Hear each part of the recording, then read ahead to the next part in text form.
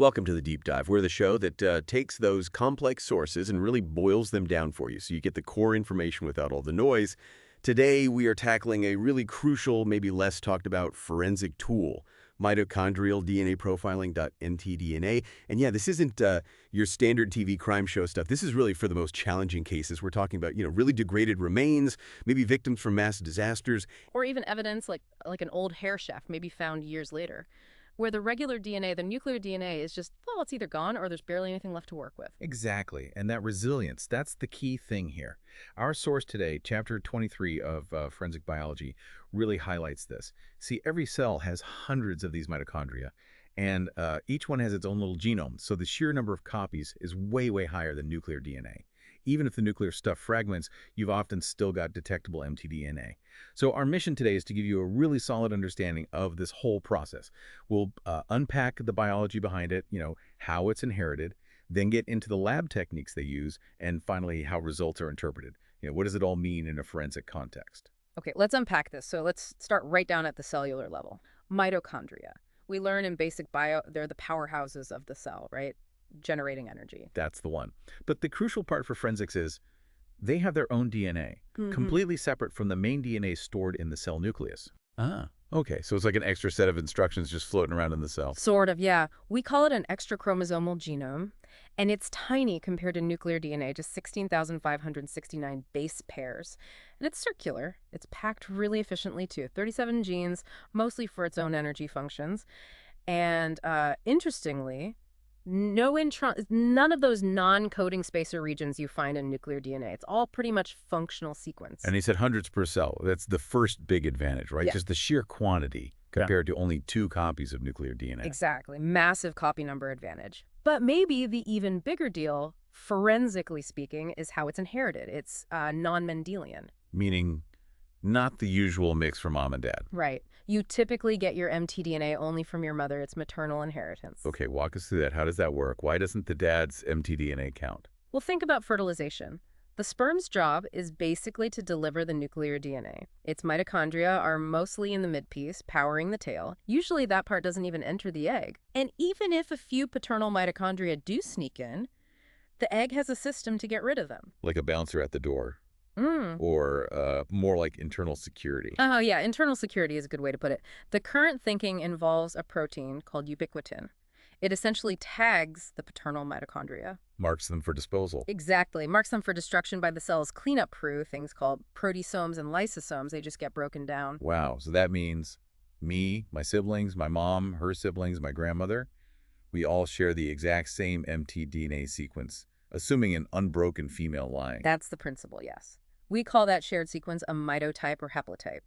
And you can see immediately why that's huge for identifying missing persons or victims in mass disasters by comparing their mtDNA to living maternal relatives. Game changer. It is, but there's always a but in biology, isn't there? We need to flag something important here, the mutation rate. It's not always a perfect copy down the generations. It mutates faster than nuclear DNA, maybe up to 10 times faster, which is good for evolution over long timescales, increased diversity. But for forensic ID, comparing, say, a grandchild to a maternal grandmother, you might actually expect to see a difference just due to mutation. It complicates things. We'll come back to how labs handle that. Okay, mutation rate noted. So if we're going to compare sequences, we need a standard, right? Like a ruler or a map. Absolutely. You can't just list 16,000 odd bases. The original standard was the Cambridge Reference Sequence, the CRS, from back in '81. But the one everyone uses today is the revised Cambridge Reference Sequence, RCRS. That came out in 1999. It basically corrected about 10 small errors in the original. So the RCRS is the universal map. Every forensic mtDNA sequence is aligned to it, and we report differences from that reference. Got it. So you have the map. Now, where on this little circular map do you actually look for the variations that make people different? You don't sequence the whole thing every time, do you? Generally, no. You focus on the hotspots. The region with the most variation is called the control region, or sometimes the D loop.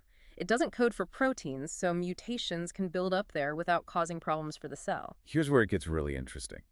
Because forensics zooms in even further, right, on just tiny parts of that D loop. Exactly right. We focus on two specific areas within that control region called hypervariable regions, HV1 and HV2. Hypervariable, meaning lots of changes between people. Precisely. HV1 is about 342 base pairs long, and HV2 is about 268.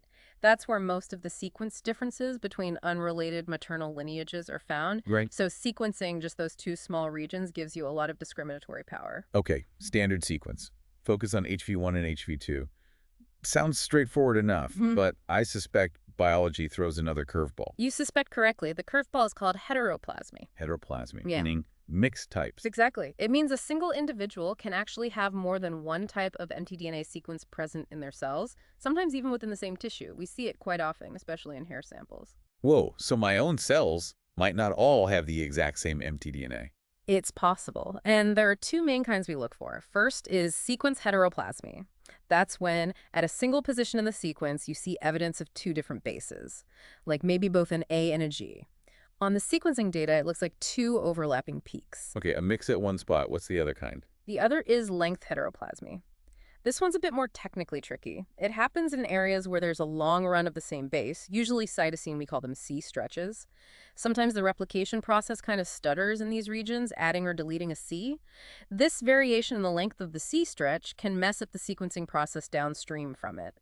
Makes it hard to read the sequence accurately after that point. This is like a headache for the lab. Eek. Does heteroplasmy ever actually help an investigation? Oh, absolutely. It can be incredibly informative. If you find the same specific heteroplasmy, say, that AG mix at position 16,129 in both the crime scene sample and the suspect's reference sample. That makes the match much stronger, because it's a more unusual feature to share.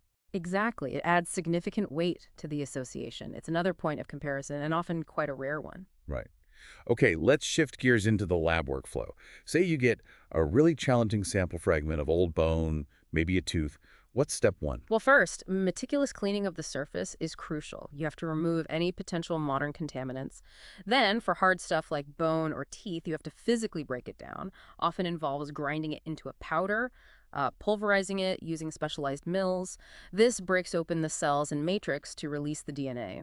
And labs usually try to do duplicate extractions if they have enough material, just as a check. And given we're dealing with potentially tiny amounts of DNA initially, but then amplifying it, contamination must be a huge concern. Paramount. Absolutely critical. You co-extract mtDNA along with any nuclear DNA, then you quantify it, often using mtDNA-specific methods like real-time PCR. And you run tons of controls. Reagent blanks with no sample, negative controls with no DNA template added to the amplification step, positive controls using DNA with a known sequence, like from the HL60 cell line. You have to constantly monitor for any stray DNA getting in. Okay, so you've extracted, you've quantified, you've controlled for contamination. Is the next step always full sequencing? Or is there a quicker way to screen samples? There often is, yeah. A preliminary screening technique uses something called an allele-specific oligonucleotide assay, or ASO assay. Think of it like a spot check. Kits like the linear array test for known variations at maybe 19 or so common locations within HV1 and HV2. It's a way to quickly exclude someone. If the sample doesn't match the reference on these key spots, you know they can't be the source, and you save the time and expense of full sequencing. Makes sense. But for the full picture, the gold standard is still Sanger sequencing, even with all the newer, faster sequencing tech out there. That's still largely true in forensic mtDNA labs, yes. Sanger sequencing, the chain termination method, is incredibly well-validated, robust, and produces very high-quality data for these specific HV regions. Forensic science values reliability and established protocols. And the magic of Sanger relies on tricking the DNA copying process, right, using special ingredients. Exactly. The special ingredients are called dideoxynucleotide triphosphates, or DDNTPs. You run a DNA synthesis reaction with the sample DNA as a template, a polymerase enzyme, the regular DNA building blocks, DNTPs, and a tiny amount of these DDNTPs. What's the difference between a DNTP and a DDNTP? The crucial difference is that DDNTPs are missing a specific chemical group, the 3' hydroxyl group, that's needed to add the next base in the chain. So whenever the polymerase happens to slot in a DDNTP instead of a regular DNTP, boom, the chain stops growing right there. Termination. Termination. And you do this with DDNTPs for A, T, C, and G, each labeled with a different colored fluorescent dye. So you end up with millions of DNA fragments, all different lengths, each ending with a specific colored base corresponding to its position in the original sequence. And then you sort them by size. Right, using capillary electrophoresis. The machine reads the color of the dye on the very last base of each fragment as it passes a detector, from shortest fragment to longest. That tells you the sequence, base by base. And you mentioned cycle sequencing. How does that help? Cycle sequencing just uses thermal cycling, like in PCR, during the sequencing reaction itself. It basically amplifies the amount of those terminated fragments, giving you a much stronger signal, which is really important when you might be starting with very little template DNA. Makes the whole process more sensitive. Okay, so we've got the sequence data, those colored peaks on the electrophoregram. How does that get reported in a standardized way for court? It all comes back to that reference sequence, the RCRS. You align your sample sequence to the RCRS, and you only report the positions where your sample differs. So if the RCRS has a T at position 16,223, but your sample has a C, the report will just say 16223C. It's a very concise notation. There are also standard ways to report insertions, deletions, and any heteroplasmy using specific codes. And then the big question, what does it mean? How do you interpret the comparison between, say, the crime scene hair and the suspect's reference sample? Are there strict rules? Oh, yes. Very strict guidelines developed by groups like SWGDAM, the Scientific Working Group on DNA Analysis Methods, and ISFG, the International Society for Forensic Genetics. There are basically three possible conclusions. Okay, what's the first? First is exclusion. You can confidently say the samples did not come from the same person or the same maternal lineage. But, and this is crucial, you can only make this call if there are two or more nucleotide differences between the sequences. Why two? If they differ at even one spot, aren't they different? That goes back to the high mutation rate we talked about. Because mtDNA mutates relatively quickly, a single difference, especially between relatives, could just be a mutation that occurred between generations. It's considered too ambiguous to be certain. The two-difference rule provides a necessary safety margin to avoid false exclusions. Okay, that makes sense. So exclusion is two or more differences. What if they match? If the sequences are identical, the conclusion is cannot exclude, meaning the suspect could be the source or someone from the same maternal line could be. And remember, heteroplasmy. If they both show the same heteroplasmy, that significantly strengthens the association. Interestingly, though, if one sample shows heteroplasmy and the other doesn't, or they show different heteroplasmy, that does not automatically lead to an exclusion.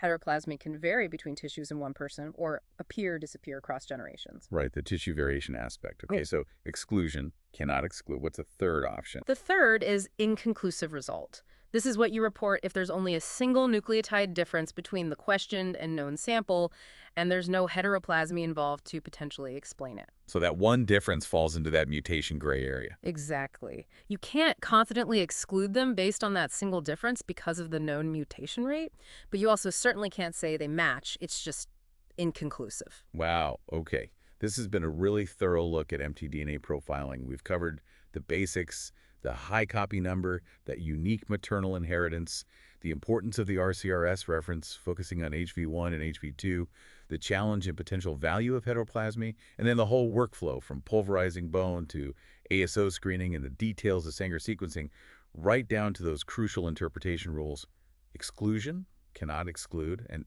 inconclusive. It really highlights the power and the limitations, doesn't it? The very thing that makes mtDNA useful over long evolutionary timescales, that higher mutation rate, is the same thing that forces such caution, like the two-difference rule, in forensic comparisons. It's this constant balancing act. Absolutely fascinating. Thank you so much for walking us through all that.